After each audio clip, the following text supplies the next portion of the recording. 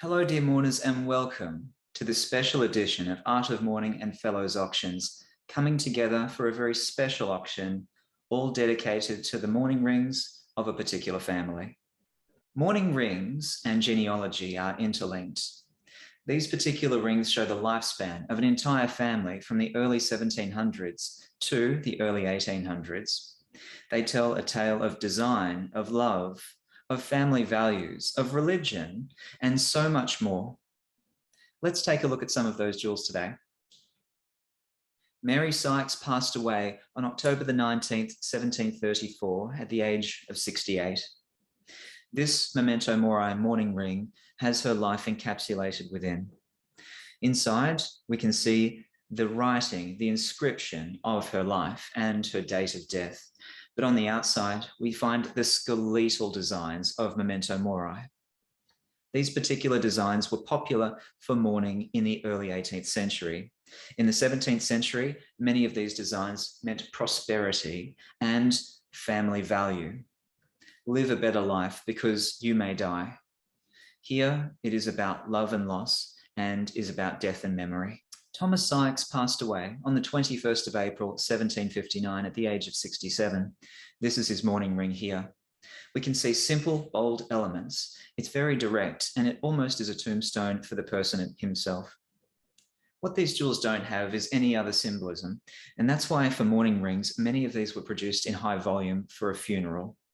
Pieces like this would have been collected at the funeral during that period. In this mourning ring for Mr. Sykes, who passed away at the age of 29 in 1753, we can see the Rococo designs emanating throughout the band. This scroll work, as you can see here, is very elegant and very emblematic of its time. Mourning jewellery was a necessity, and many of these rings were made in the dozens to the hundreds for a funeral. What mourning jewellery does is it adapts to time, it changes, and that's why it's interesting to see how mourning jewellery changes throughout the 17th, 18th and 19th centuries and remains consistent because it was part of the funerary ritual. William Sawbridge passed away on the 16th of August, 1761 at the age of 24. This mourning ring here for him would have been produced in high volume. We can tell its age by the rolled inner band, which is very typical of the mid-18th century. Also the font. It's always good to note the font and the style of font to try and date these rings. Jane Lawrence's ring can be seen here, and she passed away on the 6th of March, 1762 at the age of 84. A beautiful piece, and we can start to see the design elements almost move from the Rococo over to the neoclassical. This change was a gradual one throughout the 1760s, and this ring still has the elements of the late Rococo style. Chris Burrow passed away in 1766 on the 19th of July. This is his ring. He died at the age of 80, which is a fine year for that particular time. This ring here would have been made in high volume. Jane Sykes died on the 9th of November, 1766 at the age of 62. A shocking loss for the family, and a beautiful ring was left behind. We can see the inner roll band here, which is very emblematic of its time in the mid-18th century. There's a beautiful, bold statement of love for Miss Sykes. Nathan Pace died in 1768, leaving behind this mourning ring. He passed away at the age of 66. It is a beautiful statement to his memory. In these particular jewels, we can start to see the design elements come back as a small design flourish within the style of the band itself. Is a beautiful token of memory. Mary Hookham passed away in 1771. This mourning ring was left behind for her memory. Here we can start to see the neoclassical elements inside bands start to come to life and fruition. We can see that banding system of the heavy gold line above and below the black enamel. This would continue on throughout the early 19th century. In this ring for Edward Sawbridge, who passed away in 1775, what we can see is white enamel. White enamel is often left behind for the young, the unmarried, to represent purity and virginity. He passed away at the age of 93, showing that he lived a pure life. This is unusual as a statement for someone who passed away at this age. What a beautiful sentiment to his memory. Timothy Ravenhall passed away on the 23rd of July, 1776. In this ring here, we can see the young and the unmarried shown in the white enamel. It's very, very sad. He passed away at the age of 31, possibly unmarried because of this. These rings were often keepsakes for children and unmarried ladies. So when they're used for a gentleman, there's often a bigger story going on behind this. This is where genealogy could come in and fill in the gaps. Grace Norris passed away at the age of 42 in 1784, leaving behind this ring. In this particular ring, we see very uniform design. We have the clean name and the age and the time of death around the band, which is very consistent with the early 18th century. These particular rings were made in high volumes for funerals and aren't the same as the other styles of mourning jewellery during this period. During the 1780s, many of the Navette-style rings, the large north to south shapes and oval shapes as well, often with a disc of ivory that was painted upon with a sentiment of an urn or a lady weeping next to an urn underneath a weeping willow, were far more typical for interior family members. Rings like this were also produced for friends and family. Greg Barnston passed away in 1784, leaving behind this ring. He was 66 years old. This particular ring would have been made in high volume and given out at funerals. At this particular time, other styles of mourning rings were far more popular. Those rings were much more bespoke and for family members, close family members. Rings like this would be produced also for friends and family. Mary Sykes passed away in 1784, leaving behind this mourning ring in white enamel. This would represent virginity and purity, or the unmarried. Mary's passing has left behind this ring, which genealogy can open up a whole understanding of her life and why a white enamel ring was made for her. Dorothy Shirley passed away in 1785 at the age of 28, quite young. Here, the ring is in black enamel. Henceforth, she is more than likely a married lady. This particular style of ring is consistent with those that were given out at funerals, with many friends and family taking them as keepsakes. Mary Curtis passed away in 1785, leaving behind this ring. She passed away at the age of 63. It is a wonderful testament to her memory that it was produced, and more than likely produced in high volume for family and friends. This particular style is starting to introduce some other design elements into the areas around the band, right next to the font. These styles of jewels are very much of their time. They lasted right through to the early 19th century, where design systems would change in mourning jewellery. White enamel mourning rings for John Sykes were produced in volume, as can be seen in this collection. The more of these jewels that were kept show the values of the family. Why did they keep the rings? They were tokens of love and for memory. It's interesting to see the younger members of the family being memorialised more so than others. John Sykes passed away in 1787 and was very young. He passed away at the age of 18. This white enamel mourning ring tells a tale of his life, his young life. White enamel often means purity and virginity and innocence. When used here, there is so much to tell about his young life cut short and the feelings of his family towards him. John Snaith passed away in 1788 at the age of 58, leaving behind this particular mourning ring. It is very consistent with the other styles within this family. They are simple bands. The names alone are the tokens of memory for the family, and that's how they shall remain. John Sykes passed away in 1789. This white enamel ring tells a tale of a young life cut short. White enamel represents purity, innocence, and virginity. Genealogy could go and find out more about his young life and why he passed away so suddenly. In this particular ring for Henry Norris, we can actually see the design language change. As it had been from the Rococo period through to the early neoclassical, now it was changing once more to the end of the 18th century. The rings are becoming larger and the fonts are becoming larger.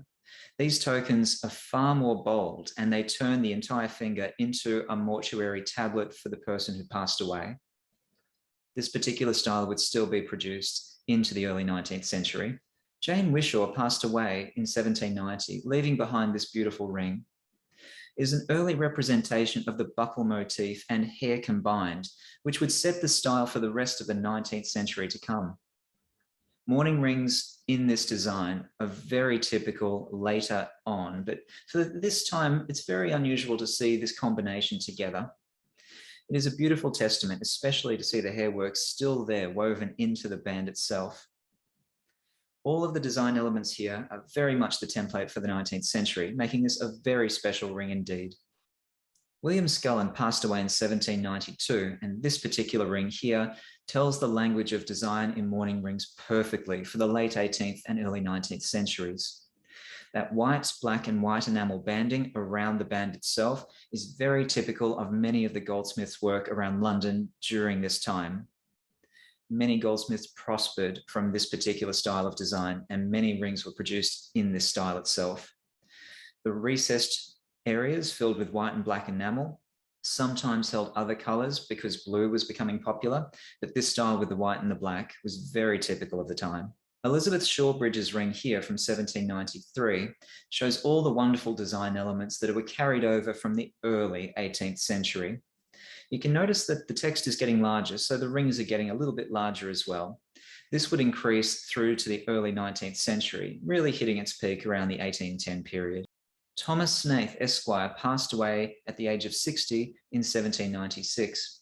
And this wonderful ring reverses out the color systems which were popular in similar rings. Normally, this would be white, black, and white enamel banding around the edge. Here, black, white, black. This shows an innocence and purity to Mr. Snaith.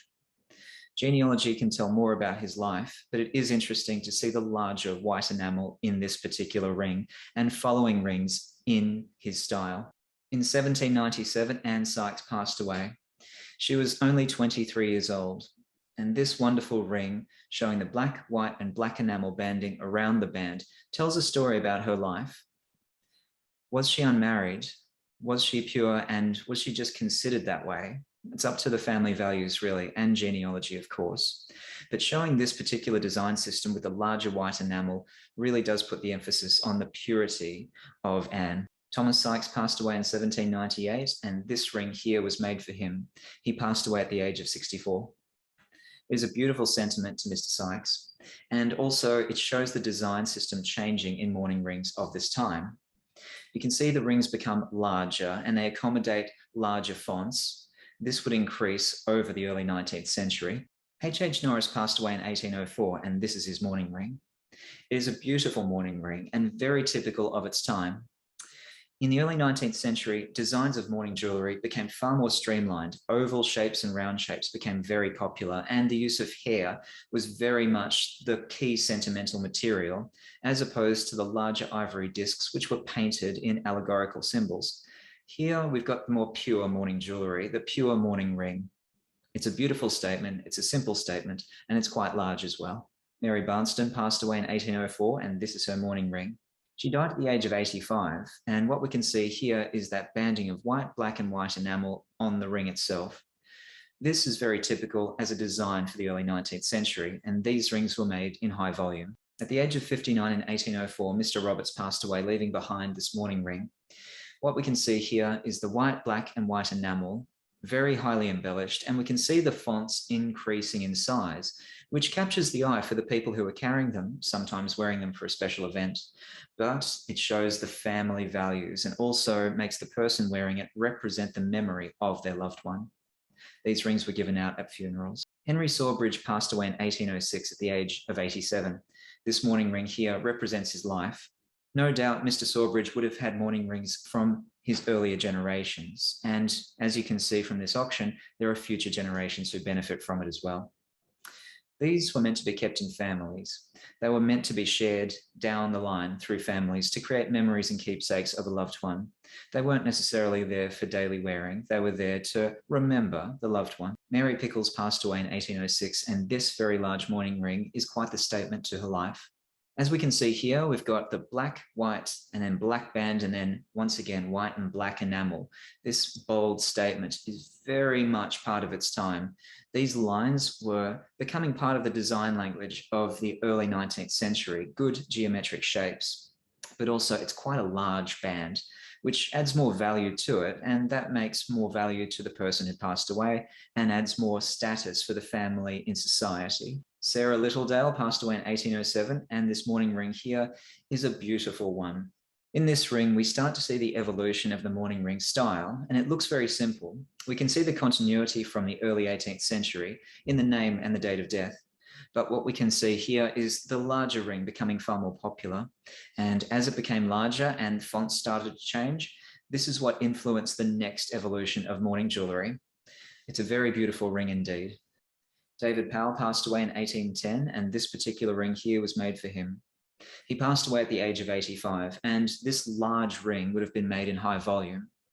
The larger the ring, the further the status of the family. The status of the family was all about the investment in how much money that was put towards the mourning rings themselves, and many of these rings were made into the hundreds for someone's passing. Dorothy Watson passed away in 1812 at the age of 78.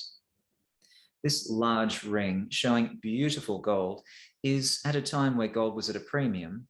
The Napoleonic Wars were making the coffers of the war effort very important to be keeping as much gold as possible. And to see a family use this much gold in this particular style really shows the value of the love that they had for their family member. Thomas Pickles passed away in 1812 at the age of 61. This is his mourning ring, and it shows many styles that are reminiscent of the Industrial Revolution. With that wonderful cross-hatching style around the band, we can see the use of machinery to be put into use to create a mourning ring just like this. I love to look at these rings and just see how the influence of society and politics and the economics of the time can make a mourning ring that is so bold and so simple. Michael Colling passed away in 1813, and here we can see a black, white, and black enamel mourning ring. This is interesting, as he was age 60, and we're focusing on the white enamel. So why the purity there? White enamel establishes purity, love, and virginity. So why so much white enamel? Well, only genealogy can know for sure. At the age of 54, in 1814, James Brymer passed away. And here we see a very standard mourning ring. We've got big, bold black enamel with the two white elements above and below, showing a form of purity and innocence there, a goodness, but also the black enamel symbolizes death, the absence of light. The style and design would have been produced in high volume, but what we can see here is a beautiful keepsake for his memory. In the two following rings for Mr. Snaith, what we can see from 1816 is the love and memory that was held for this particular gentleman. He died at the age of 59, which is a very good vintage for the time. However, rings were produced for his death in high volume, as we can see from this particular auction. The design systems are showing wealth and value that was put into the cost of these particular rings, especially at a time when gold was at a premium. They are beautiful keepsakes of his love and memory. In 1820, this ring was made for Sarah Kerr. She passed away at the age of 73. In the 1820s, this was when the change happened in mourning jewellery to go from this particular style, which is highly valuable to the neoclassical style which had come before, but it was transitioning into the Gothic revival. This ring is really one of the last of its true kind, and it is a beautiful design and a great memory for Sarah Kerr. John Watson died in 1821. This ring, this keepsake for his memory, shows the influence of design at the time transitioning into the Gothic revival movement. The Gothic revival movement cannibalized a lot of the design elements from the Baroque and some of the Rococo as well. We can see that around the edge of the band here with this highly embellished floral motif. Inside, we still have the neoclassical lettering for Mr. Watson. This shows that continuity between the old and the new. In 1822, Alex Brymer passed away. He was aged 76. In this ring, we can see the transition of the neoclassical in the font and the text to the Gothic revival in the Baroque usage of the design elements to the top and the bottom of the band. These floral elements were highly popular at the time, and it shows values changing in British society as well. At this time, this is a perfect ring to show the old meeting the new. In 1823, Thomas Williams passed away. He was aged 89, and what we can see in this ring is a beautiful design system known as the Gothic Revival. The font has changed, and we have "in memory of," which is also a religious and pious statement, just like at the Last Supper, "do this in memory of me." Christian values were having a huge resurgence in this time during the 1820s, and the designs that were happening in the Gothic Revival were influencing jewellery and architecture all around Britain. This is a very fashionable piece for its time. In 1825, Harriet Brymer passed away. This ring says "in memory of," a beautiful statement and one of the most popular statements that would flow for the rest of the 19th century right into the 20th century for mourning jewels. This statement here is one of piety and also shows religious faith. The Gothic Revival period was very influential in bringing back Christian values into society, a reaction against the Industrial Revolution, and also a reaction against the taking away of craft and putting that into the mass production of hands. Here we've got honesty and we've got beauty in the symbols of the Gothic Revival. In this ring for Jane Sykes from 1832, we see a combination of different styles. We see the Gothic Revival and we also see neoclassicism used in the font. It's balancing the fine line there between being a very specific ring that has continuity from the 18th century to something that is highly contemporary in the 19th century. Here we've got that beautiful design of that Baroque north and south of the band in that beautiful flourish of flowers and heavy gold work. These rings can be quite heavy and quite expensive, and they were made in high volume, showing the values and the wealth of the family. Mary Sykes passed away on October the 19th, 1734, at the age of 68. This memento mori mourning ring has her life encapsulated within. Inside, we can see the writing, the inscription of her life and her date of death. But on the outside, we find the skeletal designs of memento mori. These particular designs were popular for mourning in the early 18th century. In the 17th century, many of these designs meant prosperity and family value. Live a better life because you may die. Here, it is about love and loss and is about death and memory. The wealth and quality of this particular ring cannot be understated. The Reverend Thomas Sykes passed away in 1834, and this particular ring here uses all of the Gothic Revival style and puts it into the highest amount of fashion and quality in the craftsmanship. Here we can see all of the floral embellishments, which were far more nuanced when you look at them on other rings. And here they're brought out and highly detailed, which is very unusual for this time. There's also the name, which is not the in memory of name, but the actual name of the Reverend himself and the date of his death. This here balances the fine line between the old and the new, but certainly puts its wealth where it is. It is a beautiful and magnificent ring. In 1839, William Sykes passed away at the age of 68. This particular ring here is so very important for its time. It marks the end of the family collection, but also it shows in memory of, which is the most powerful statement that would flow right throughout to the 20th century in mourning jewels.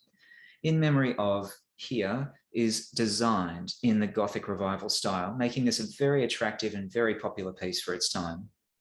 The Gothic Revival defined many of the styles in mourning jewellery during the 19th century, and this ring here is a template for what would come next. So for all of these mourning pieces and so much more on auction, please follow at Fellows Auctions, and you can follow me at Art of Mourning. Thank you so much.